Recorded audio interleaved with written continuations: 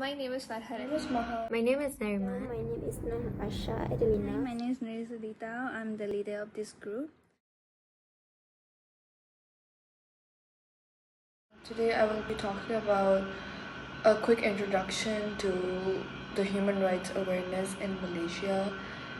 It's a very pressing issue which despite the federal constitution which has given us fundamental rights already such as freedom of speech, freedom of religion and equality before the law, and there are many mechanisms available to protect them, leaving them vulnerable to discrimination and abuses of power. And there is very less and limited civic education in schools regarding human rights awareness, and till this day people do not understand the main concept of human rights. So the lack of understanding in Malaysia for human rights, it always prevents many from reporting violations or defending themselves and others, allowing injustice to go unchecked. So promoting greater human rights awareness is a crucial, but it's a very good process in building a much better and democratic Malaysia, especially in its multi-ethnic and multi-religious society, since there's like so many different type of people over here that reside in Malaysia. And I feel like it's very important for the awareness of human rights to be there in this country. And media and digital platforms also play a vital role in making information about rights accessible to like all the communities. And by empowering citizens with knowledge and fostering a culture of respect and accountability, Malaysia can better protect a vulnerable group and fulfill its commitment to uphold fairness, equality, and dignity for all of its people. Talk about the historical background of human rights awareness in Malaysia. Starting with colonial era. Before 1957, Malaysia was under British colonial rule. The locals had very limited civil and political rights. British prioritized administration and trade, but not local empowerment. However, early resistance and nationalist movements began rising. Awareness about freedom and justice. These movements laid the foundation for future human rights consciousness in the country. So then we are going to be talking about the post-independence. So the post-independence, after regaining the independence, in 1957 Malaysia introduced a federal constitution that agreed and guaranteed fundamental rights. These included freedom of speech, religion, and equality before the law. However, laws like Internal Security Act (IISA) and Sedition Act were used to restrict these rights. The 1969 May 13 racial riots led to increased government control and further limitation on civil liberties. Rise of civil society. So, rise of civil society started in the 1980s. In the 1980s, political repression intensified, and especially during operation of Lalang in 1987, where many activists were arrested. Despite this, human rights NGOs like Swaram and Aliran emerged and began advocating for organizations, educated the public, and pressured the government for reforms.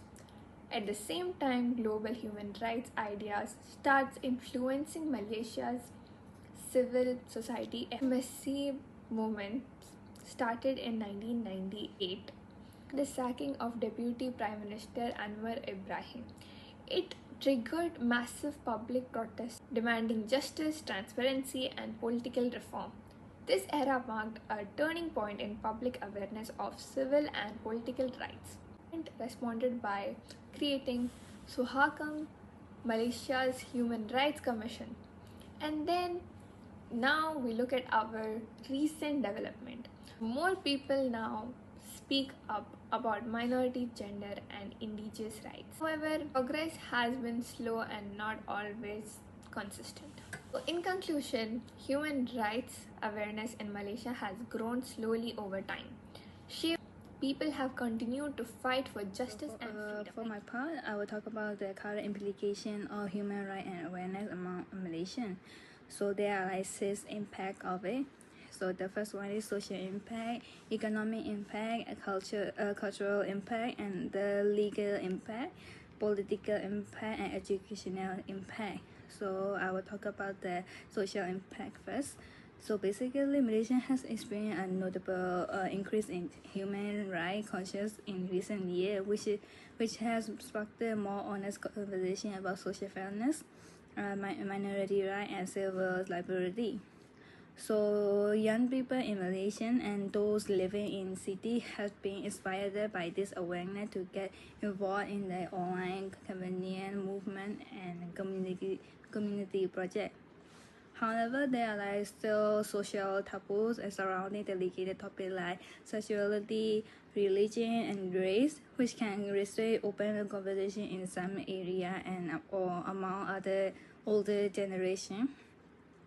So social media and other platforms are still important for the mobilization and education in spite of this. Another impact I will talk about is economic impact. So basically, Malaysian economic, politics,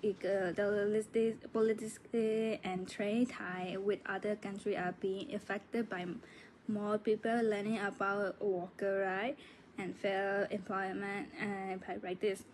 So international criticism has been leveled up at the report of forced labor, particularly in industry like rubber growth and palm oil. For human rights concern can have impact on the economy, as seen by the 2023 import ban imposed on Malaysian by US. For the custom and border protection for the labor breaches, in order to avoid penalty and safeguard their access to the foreign market, businesses are currently under pressure to implement a moral labor policy and adhere to international human rights standards. The next impact is the cultural impact. So basically, discussion about human rights are changing the Malaysian tradition and culture. Gender equality, indigenous rights, and anti-discrimination laws are being pushed by the urban community. However, in rural area, conservative beliefs continue to dominate the public policy and conversation with the regard to the religion and family structure. Because of this cultural gap, human rights initiated that question preconceived notion frequently encounter the rejection. For example, even as a younger generation strive for greater acceptance and tolerance, conversation about right continue to challenge and could result in negative reaction. So another one is the legal impact. So in Malaysia, the drive for human rights consciousness has resulted in legal discussion and changes. And so basically, the disagreement is still suppressed by the laws such as the Printing Presses and Publication Act of 1984 and the Constitution Act of 1948. Despite all the requests from the civil society for the right-based legal framework, political pressure and worry about the public order and national security can cause the legal reform to proceed slowly. So another one is the political impact. So basically, Malaysian voter growth depends for their fairness, accountability, and openness from the political leader a result of the human rights consciousness. So basically, human rights concern freedom of speech, anti-corruption effort, and democratic reform are becoming commonly discussed during the election campaign. So So the real progress on the right-based issue can be delayed by the uneven political will to enact the human right reform and the use of racial and or religious rhetoric by the certain leader to stay in power. So the last one is the educational impact. So the incorporation of human rights education in Malaysian university and school or curricula in gaining traction. NGOs and the organic organizations are working with the educator to raise young knowledge of their right. Formal human rights education is still scarce through and frequently still the clear of touchy subjects like religion freedom. So the development of a more knowledgeable and right-abiding generation depends on raising a long-term awareness through the education. That's all for me. I will pass to other members. The roles of individuals and organizations for the human rights awareness among the young does not develop automatically. It requires continued effort from the government agency, governmentally organization, NGOs, also the individual within the community. Each group play the vital role in promoting and understanding and the action related to the human rights. So government agencies such as Malaysia Human Rights Commission is SUHAKAM play the important role through the education program. One example is the young camp for right. The young camp for right. The best practice in human rights is ATHM, so which involves the secondary and university student. This can teach young about the key human rights such as the freedom of the experience, non-discrimination, and right of women and children. So Hakam also organize the activity like as a easy competition, school talk, and awareness campaign to encourage the critical thinking and moral value. Through this effort, students become more aware of the right, and they encouraged to be active, responsible in citizen. Another one agency is not governmentally organization, NGOs. NGO also contribute greatly to human rights education. For example, Suka Society. Suka Society is a Malaysian NGO that focus on the risk young, including refugees, undocumented children, and the victim of the human trafficking. Their empowerment of the at-risk young program helped us young people understanding the basic rights such as the right to education, safety, and legitimacy. The program used creative and young-friendly methods such as art, creative, storytelling, and discussion to make learning more relatable.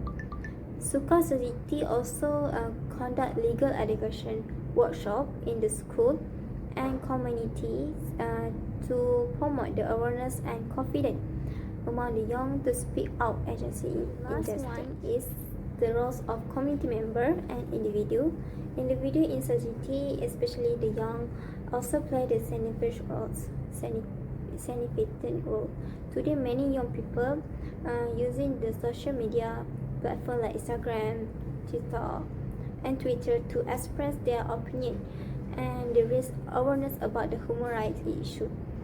For instance, in 2024, university student organization a week of solidarity with Palestine, featuring talk and screen reading and fundraising. The impact is displayed by being the lead by student. received public attention and increased the awareness about the global human rights issue. Additionally, the many young people volunteer to teach refugee children, help the homeless, or participate in human rights campaign. This small but meaningful action helped to develop the empathy and sense of responsibility and understanding of the importance of protecting both that right and the right of the other. Presenting the self-reflection for the human rights awareness among Malaysians. So based on my research, I came to the understanding to a couple of points that I would like to share. So it helped me in understanding the importance of fundamental rights in ensuring equality and justice. To be able to understand your rights is not only important, but it's to live in a community that's fair and equal among all the citizens. For instance, understanding your rights for the access to education, no matter what your background is. And it also helped me increase awareness of Malaysia's human rights issues. As much as they have the positive side, they also have certain issues that as a Malaysian citizen they face. For instance, they have limited right of speech.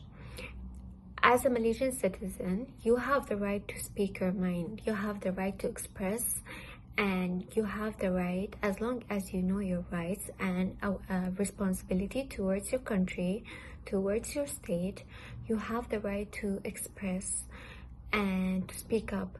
But also there's limitations for what you say. And it also helped me to expand my understanding for the global and the civic. As like Malaysia as a country, you need to understand your human rights, but also it affects you globally, because every country human rights affects the other countries as well. And it also helped me to deepen the sense of social responsibility as a citizen. As citizens in any country that you live in, especially in Malaysia, in every state, there's certain responsibility and human rights that every citizen needs to be aware of. That's why it's very important to understand civics as a subject, because everyone needs to know their rights as a citizen. It also helped me to strengthen my critical thinking skills in analyzing complex social issues. Critical thinking, in my opinion, is a very important thing in life.